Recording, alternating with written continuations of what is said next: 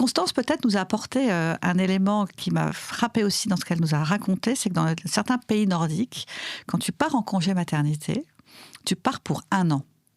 On te dit, et c'est la culture, occupe-toi avec ton conjoint pendant 1 an et tu nous reviens. Le gros avantage de cette situation, c'est que du coup, il remplace en CDD des jeunes qui ont une expérience de 1 an. Et si tu as 2 ou 3 enfants, ce jeune, finalement, peut avoir 2 à 3 ans d'expérience, alors que nous, on se dit, oh là, que va-t-il se passer? Bon, faire un enfant, ça prend 3 mois, en gros, en France, donc ça va bien se passer, en réalité. Mais ça crée, en fait, de la précarité au sein de l'organisation, parce qu'on ne remplace pas forcément toujours uniquement pour 3 mois.